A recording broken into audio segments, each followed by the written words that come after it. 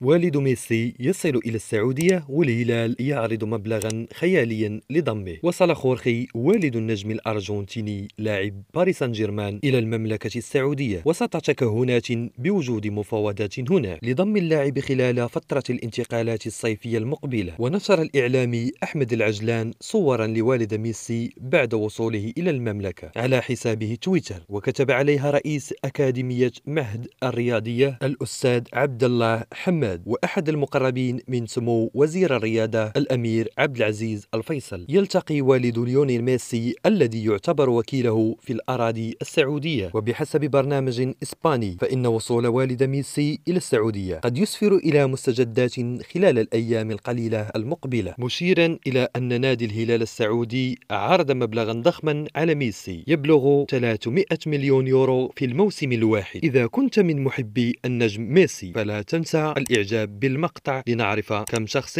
محبا للاعب ميسي، ولا تنسى الاشتراك في القناة للتوصل بكل جديد. الجديد تيفي.